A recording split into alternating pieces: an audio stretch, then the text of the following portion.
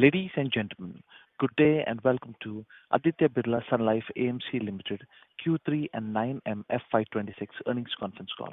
As a reminder, all participant lines will be in the listen-only mode, and there will be an opportunity for you to ask questions after the presentation concludes. Should you need assistance during the conference call, please signal an operator by pressing star then zero on your touchtone phone. Please note that this conference is being recorded. I now want the conference over to Ms. Meghna Luthra from InCred Equities. Thank you, and over to you, Ms. Luthra. Thank you, Renju. Good evening, everyone. On behalf of InCred Equities, I welcome all to Aditya Birla Sun Life AMC's third quarter, 9 months, and FY26 ended earnings conference call. We have along with us Mr. A. Balasubramaniam, MD and CEO, and Mr. Pradeep Sharma, CFO. We are thankful to the management for allowing us this opportunity to host them. I would now like to hand it over to Bala sir for his opening remarks. Over to you, sir. Yeah. Thank you, Meghna, and good evening, everyone. And thank you for joining us today. Let me begin by extending my warm wishes for a happy and prosperous new year to everyone. I hope you all had the opportunity to review our earnings presentation, which is accessible on both the stock exchanges and our company website. Let me start by outlining the current economic outlook and providing an update on developments within the mutual fund industry. As is known, the global economy has entered a phase of recalibration, and despite persistent tariff tensions and policy volatility, growth is stabilizing towards trend levels of approximately 3.2% as estimated. Nations are fundamentally reassessing supply chains and trade partnerships in response to these disruptions and continuing. And meanwhile, inflation continues its moderating trajectory, allowing central banks to pivot their focus towards supporting growth. This conversion signals a shift from crisis management to a strategic adaptation. And India continues to outpace global peers with remarkable consistency of real GDP is on track to expand by a robust about 1.4% in FY26. While CPI inflation has moderated to a favorable 2.2%, the gold-lag movement of strong growth paired with low inflation continues, and we maintain a positive outlook for FY27, projecting nominal GDP growth of 9.75%. This optimism is underpinned by several factors: the transmission of monetary and fiscal stimulus, expectation of easing of tariff pressures, robust rural demand supported by strong agricultural output, and continued fiscal support for rural India. We anticipate inflation to normalize around 3.75%, well within the RBI comfort zone, and preserving space for growth supporting market. Conditions appear favorable for a capital expenditure cycle, with the capacity utilizations at elevated levels and healthy corporate balance sheets. While global uncertainty remains a key risk, India's fundamental position is strongly for sustained growth momentum, and hopefully the budget should also drive the future growth more aggressively. Indian equity markets hold a tale of two forces in this quarter: external pressures testing resilience and domestic strength raising the questions. There was intermittent volatility with the global uncertainties, FP outflows, and profit booking pressures. These downward movements were largely offset by robust domestic institutional participation. Overall, equities concluded the quarter on a firm growth, the structural strength of India's equity ecosystem, despite short-term market fluctuations, as we have witnessed in the last few days as well. Continuing with the mutual fund industry update, the mutual fund industry quarterly average AUM stood at 81 lakh crore as of 31st December 2025, compared to 68 lakh crore as of 31st December 2024, registering year-on-year growth of about 18%. The industry recorded SIP inflows of approximately 31,000 crores for December 2025, reflecting quarter-on-quarter growth of about 6%. The total number of mutual fund folios stood at approximately 26.97 crores as of December 2025. During the Q3 FY26, the industry saw of approximately about 30,300 crores across equity and debt funds, with equity collection predominantly driven by sectoral and thematic and flexi-cap funds. Individual average AUM for December 25 stood at 49.28 lakh crore, contributing about 60.1% of the total AUM.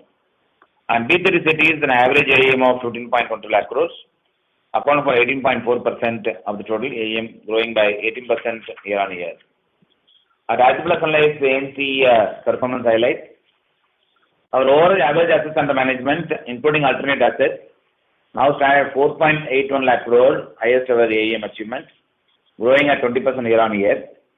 Our mutual fund quarterly average AUM has reached 4.43 lakh crore, representing 14% year on year increase. And within this, our equity mutual fund quarterly average AUM stands at 2 lakh crore, growing by 11% year on year. As an AMC, we firmly believe that the SIPs continues to remain a cornerstone of our long-term investing in India. Our SIP contribution for December 2025 stood at 1,080 crores, supported by 40 lakh contribution coming from SIP accounts. In alignment with these visions, we have launched a new SIP-led initiative under our investor education program, Plan for Life. This campaign goes beyond wealth creation. It encourages the investors to think long-term, plan for life milestones, and importantly, prepare for retirement through systematic withdrawal plans. Our total number of investors folio for December 2025 stood at 1.08 crores, witnessing 3% year-on-year growth. We are driving growth by building scale through increased market attraction. Our overall fund performance has improved significantly, leading to better market perception and, importantly, stronger flows into our core product. Rather, the momentum gives us the confidence. Building on these strong foundations, one of our key priorities continues to be strengthening our core equity offerings, particularly Flexi Cap Fund and Multi-Asset Allocation Fund and our Balanced Advantage Fund, as well as some of the thematic funds that we have been seeing flows like Conglomerate Fund, as well as the Consumption Fund. These are some of the key product focus that reasonably improved flows coming on this segment. Our focus remains on scaling these flagship products through a combination of SIP inflows, robust contribution across all distribution channels, improved fund performance, and increased market engagement. Our drive to build scale through enhanced traction coupled with improved overall performance has led to a better market perception and rising flows in core products, creating momentum for continued growth. Turning to the alternate business, the PMS and AIF equity segments have demonstrated robust momentum, supported by a steadily expanding suite of credit offerings. We continue to enhance and refine our solutions to address the evolving sophisticated requirements of HNIs and family offices and some of the institutional investors. Our PMS AIF advisory assets experienced substantial growth, expanding from 3,853 crores year back to 32,000 crores in Q3 FY2026, representing 8 times increase in the size. Of course, the winning of ESI's mandate accounted for about 28,000 crores as of December 31, 2025, while our PMS and AIF AUM, excluding ESIC mandate, registered a strong year-on-year growth of 70%, reflecting a robust organic momentum in our core alternate business. And during the quarter, we received EPF allocation letter appointing us as one of the managers for the fixed income mandate. They are now progressing through the required regulatory formalities and expect to be on board of the assets in maybe before the current quarter ending. On the fixed income credit side, we successfully completed the final closure of our ABSL India Special Opportunity Fund Series 1 commitment of around 500 crores during the quarter, and currently have fundraising underway for Series 2 ABSL India Structured Opportunity Fund 2 and Money Managers. We are also preparing to launch ABSL India Select Sector Fund under the AIF category in equity.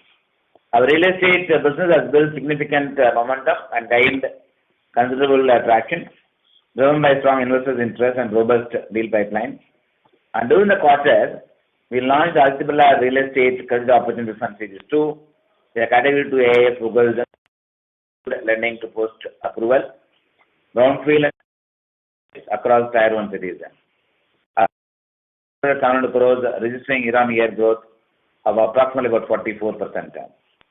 The offshore average AUM stood at 4,841 crores.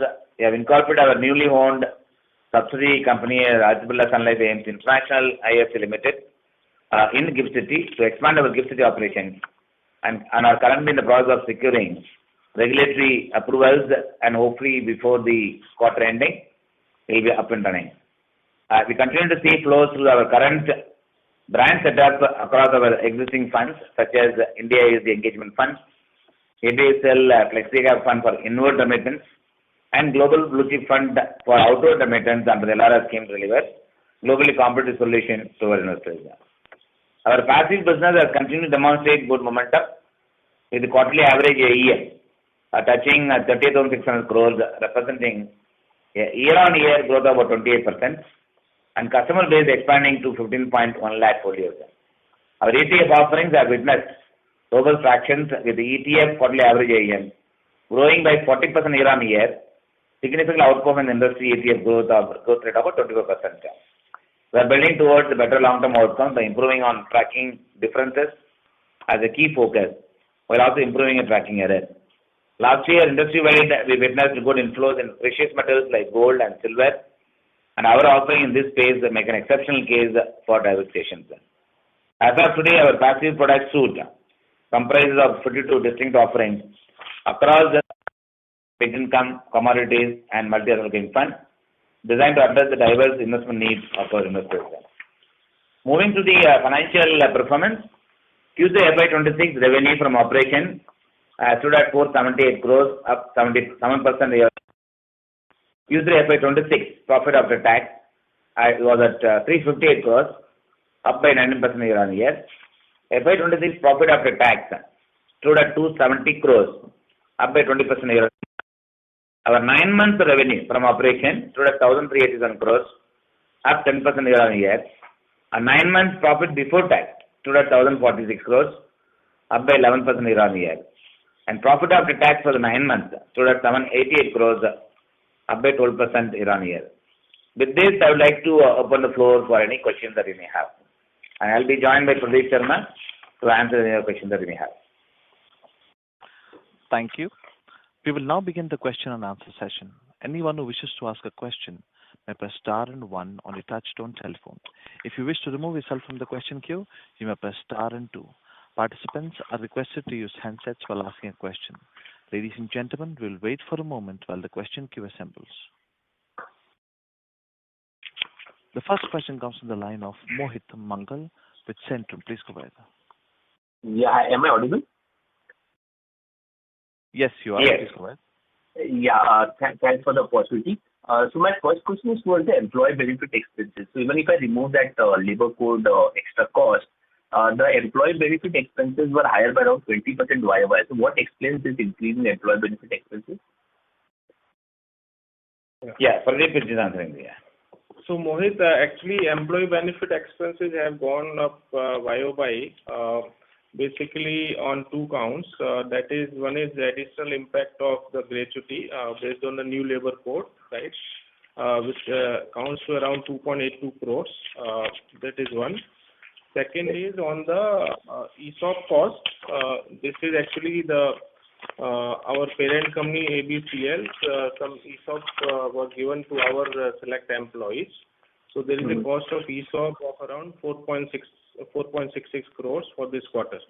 So these are the two which are actually increasing the cost for the quarter.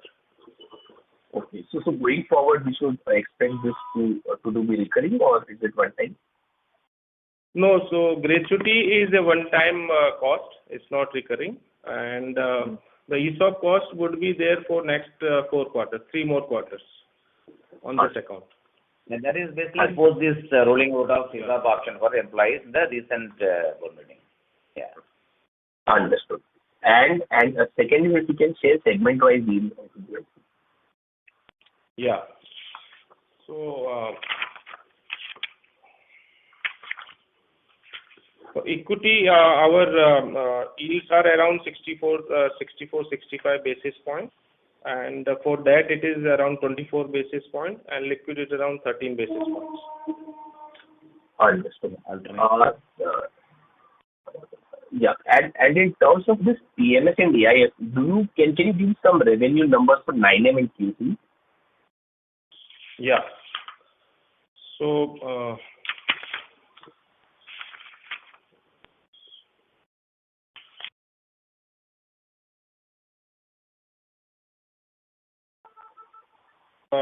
the alternates revenue for Q3 was around 34 crores, which is around 4.5% of our total revenue. Understood. That is helpful. So lastly, on yield, so how do you see yields actually going forward for the next year, 4 to 5 quarters? Do you see a meaningful decline? How do you see the yields basically? Yeah. I think broadly, Mohit, I think at this point of time we estimate the impact of the circular would be minimal, and to the extent very limited impact we should see. At the same time, since we are looking at building the size, I think we are already seeing some kind of momentum coming in the overall key portfolios in terms of traction. So to the extent as the size of the fund increases, of course there will be a corresponding increase in revenue, but may come at the marginal reduction on the other thing. But again, I don't see it very significant. At the same time, since we're also looking at building our other businesses, especially the alternate as well as the PMS, and broader and overall basis from the AMC point of view, we should see an improved performance rather than any significant reduction in the fees. Right. So when you say that yield is minimal impact because of the circular, do you mean to say that we'll be able to pass on to the distributors?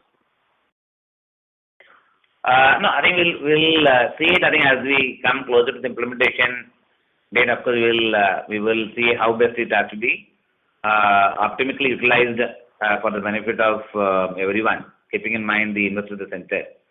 As based on the preliminary assessment is actually we'll have to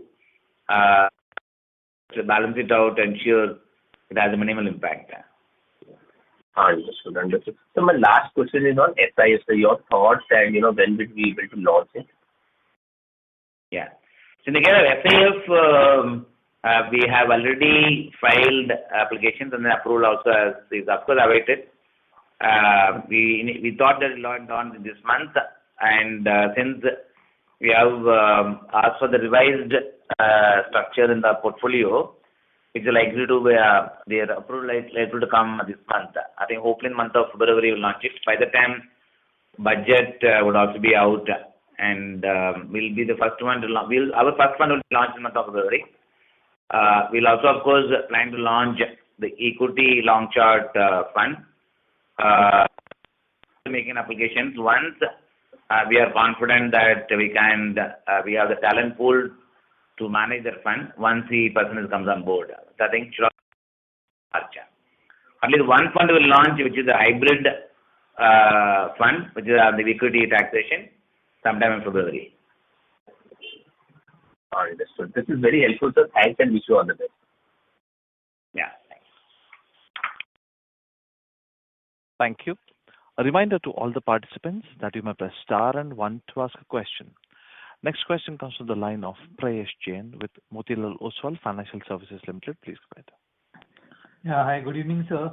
Sir, firstly, our fund performance has been improving, and quite a few schemes are appearing in the top quartile on 1-year return basis, and they contribute to a large portion of our equity AUM as well. But in spite of that, we kind of continue to lose market share on the equity side, as well as if I look at the SIP data that you've provided, that also keeps coming down. Now, how generally, it does take a lag effect. I understand from a fund performance improvement to market share improvement, but still, it's been some time that our fund performance has improved, but we still not seeing any. Even market share not being stable, right? We keep seeing decline month on month in terms of market share. So when do you see the effect of this fund performance, translating into market share gains, both on SIP as well as normal market shares? Yeah. Thanks, Prayesh. See, I think the way I look at it is, I think if I look at the whole of last 1.5 years, the market share loss has been coming down in terms of as a basis points. That's something we are seeing. Now we are almost come to stabilizing kind of thing. We are now almost come to a stage where it's now getting stabilized. That's one. Second is on the fund performance, moving from 1 to 2 and 3, and that's something we are already seeing it start reflecting most of our funds, while we have done very well on 1.5 years, is now start reflecting on the 3 year. Normally what happens is, as the short-term performance start reflecting the long-term performance, it comes as part of the recommendation list. We are already seeing that happening in the last 2 quarters. The number of approvals that is coming from the organized channel partners, that is something should be taken as a signal of products coming as part of the recommendation list, and basis which it's coming in. And second, some of the online platform where we also saw significant flows on funds which were top performing funds. We already started seeing some of our funds appearing in that segment as well. It takes some time for all these things to come in the so-called public domain. So I think these are some of the things we're already seeing it reflecting on net inflows coming in funds like Sun Life Equity, which is FlexiCap fund, conglomerate fund. We are seeing improvement in terms of flows. Balance advantage fund have seen good flows, and multi-asset fund have got good flows. So I think that of course the category in which where we even seen industry-wide the LSS scheme. If I knock that off, and then other schemes they are getting the flows already begin. The SIP is drive. If I look at SIP number minus the STP, STP is something which comes from large ticket investors. They of course dynamically manage that, and therefore minus the STP, if you have to take it, I think we are already seeing that SIP numbers on equity getting better. Of course, there is no question that it has to gain further momentum given the fact that industry also coming in the segment. I think lastly, of course, from a sales team point of view, the high focus that we have put in place in terms of improving the productivity of every RM across the country, with improved fund performance and reasonably high level of engagement and big amount of activities in the retail segment, which our retail team is doing it, I think should start reflecting in terms of improved performance coming on the numbers as we move forward. That I'm reasonably confident that the way things are shaping up. I think it will remain improve these numbers on a quarter-on-quarter basis. See, as far as the market share concerns, of course, if you look at top 10 players versus the rest of the players, we must also, of course, remember that overall market is expanding and more players are coming in. I think we also have to keep a close watch on our absolute performance improvement. In fact, when I look at this year, whole of this year, 9 months numbers, I'm close to about 600 crores of net sales that we got on some of our equity as a product, and overall as a fund house, we got almost about 45,000 crores of net sales. But these are numbers, is actually a reflection of the confidence which the team, the team is driving the whole thing. I think improved performance will only further boost the confidence the entire team across the country and the distributing partners to bring the numbers up. And that's something I'm already seeing it as the reflection coming from our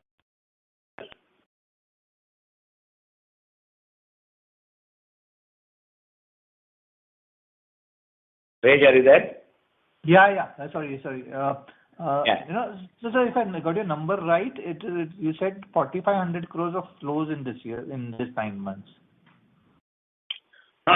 Total is about 55,000 crores roughly the overall as a fund house, including fixed income, and equity will be close to about 6,000 crores of inflows net sales across all our equity schemes put together, including arbitrage funds. Okay. And so which I show it as a trend. I'm just saying why I'm saying this number is not disclosed generally. It is number which normally we keep track of, but how we are progressing on quarter basis.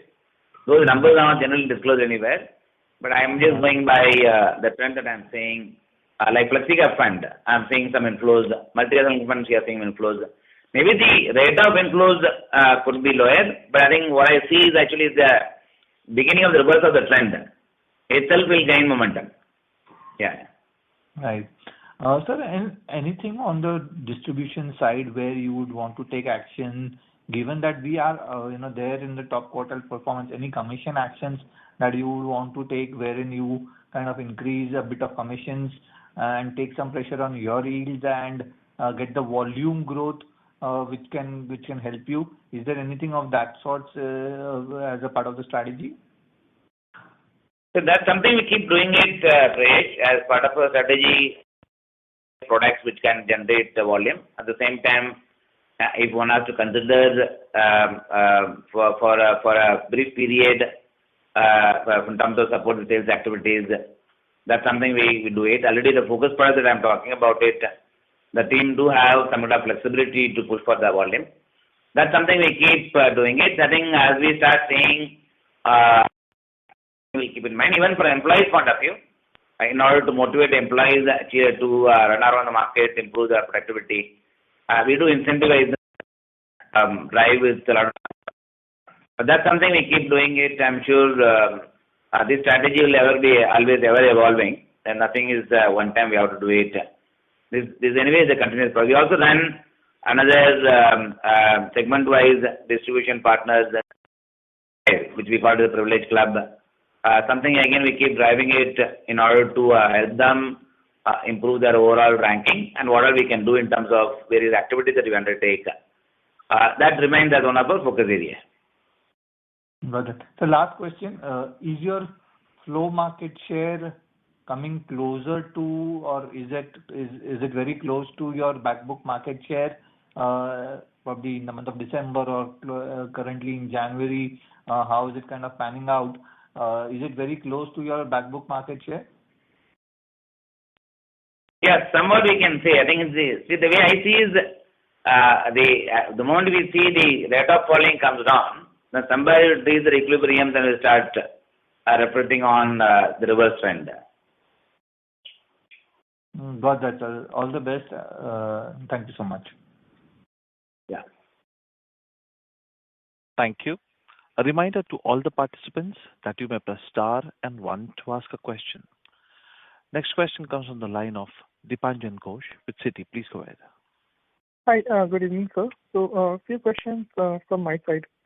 On the expense side, if I look at your other expense run rate and not looking at quarterly volatilities, but looking at it more from a let's say rolling 12 months sort of a thing, it seems that the run rate has meaningfully been controlled, despite you're kind of growing your alternate fees. You're also kind of probably scaling up your sales personnel on the MF side given the traction in flows. So just wanted to get some sense of how should one think of the trajectory on the other expense side in case, let's say, you were to kind of scale up initiatives, given that your performance is now back on track. The second question is on the flow share, and I'm trying to triangulate this math. That your SIP market share is like fully yet to stabilize, but obviously your redemptions are probably kind of narrowed down, resulting in improvement in net flow trajectory. So just from a channel perspective, would it be fair to assume that when performance improves, maybe the MFDs or the more assisted channels are the fastest to pick up in terms of both net new money and maybe lower churn rate? I mean, are you seeing that, or maybe I can stand corrected in case that's not the trajectory.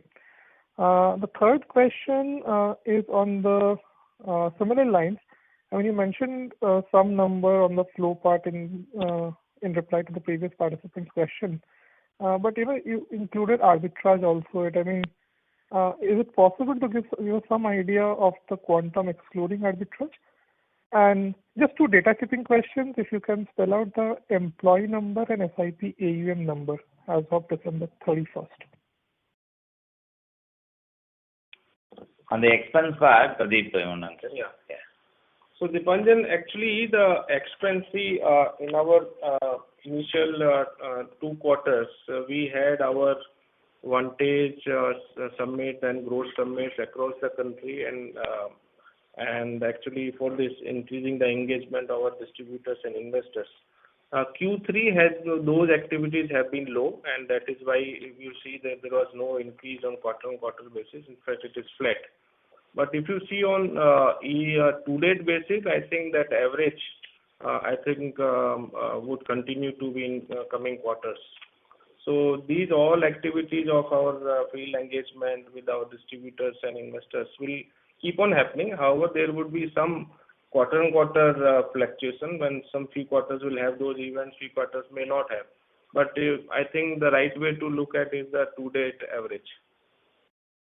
Yeah. Okay, and The employee number is currently it is around 1,680 people, 83 to be precise. And SIP AUM is around 87,000 approx, 86,984, around 87,000 crores. Just to answer the other question, Dipanjan, as far as the channel concerns, definitely the organized channel, which is the banking channel, MD channel, and MFD channel, which contributes roughly about 80% of the AUM, and we do have very strong relationship which is built historically. The performance improvement definitely improves the confidence of our partners and go aggressively push it. And the MFD is one channel which we are already seeing some traction.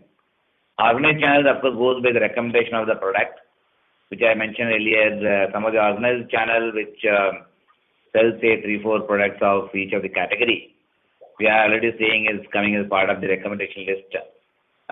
Barring one or two where we are in the borderline case for the product to become part of our list. And as for the ND is concerned, again, some of the products are now coming as part of the recommendation. As it comes as part of the recommendation list, then naturally there is a higher responsibility, ownership, and incentive to sell the product from those channel partners. That I see the trend is reversing.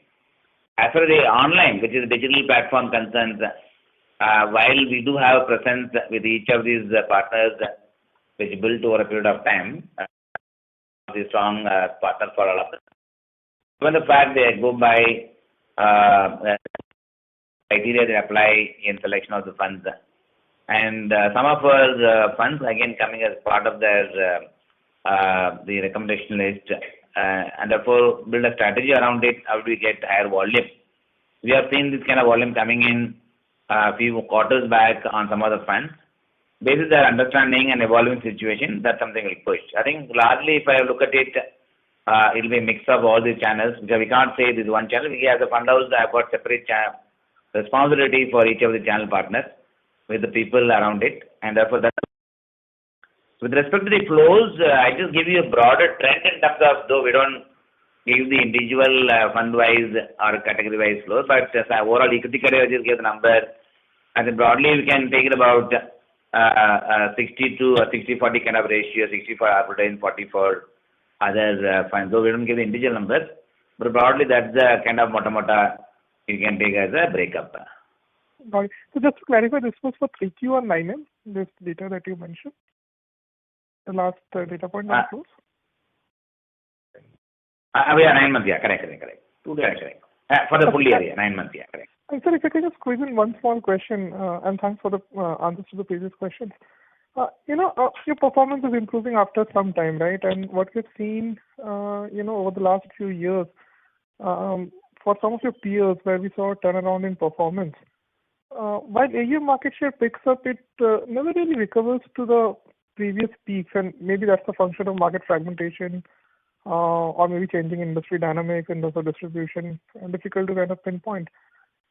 Having said that, in this environment, given that your performance improvement somehow coincides with a time frame when there's a regulatory change also, would it be fair to assume that you would want to kind of maybe take a differentiated stance with respect to payouts to your distributors, such that maybe there's motivation to kind of aggressively push your products a little higher, or would you kind of follow suit in terms of passing on the hit to the distributors?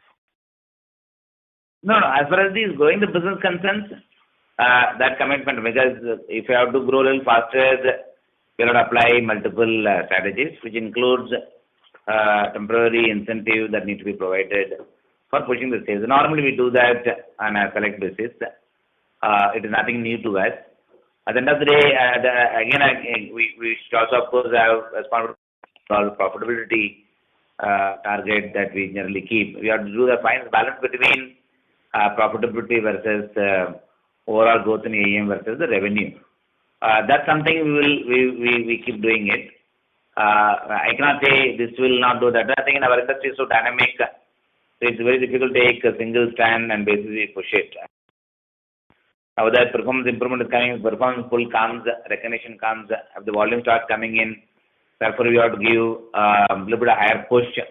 That means temporary adjustment on the pricing, which of course normally we are open.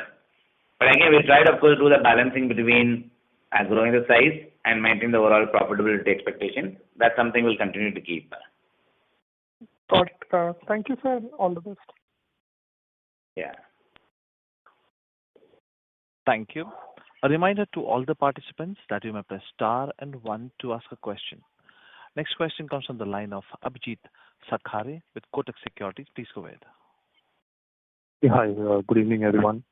My first question was if you could indicate how have been the yields on the fresh inflows that have come up in the last couple of months compared to the overall book yields.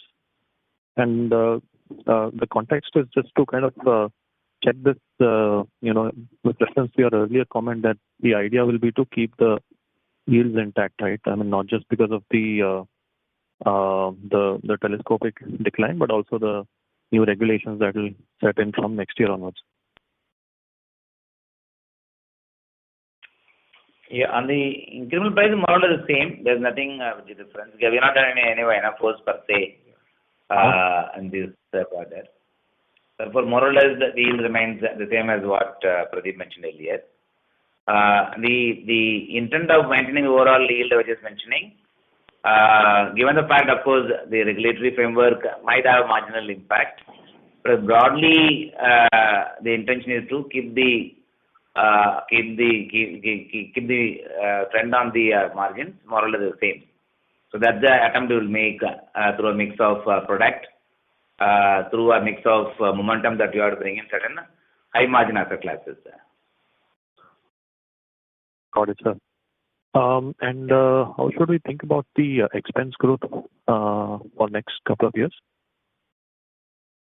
Yeah, so Abhijit, the expense growth would be the normal expense growth, no shockers on that account, except which would be like in line with inflation and closer to that. Mm-hmm.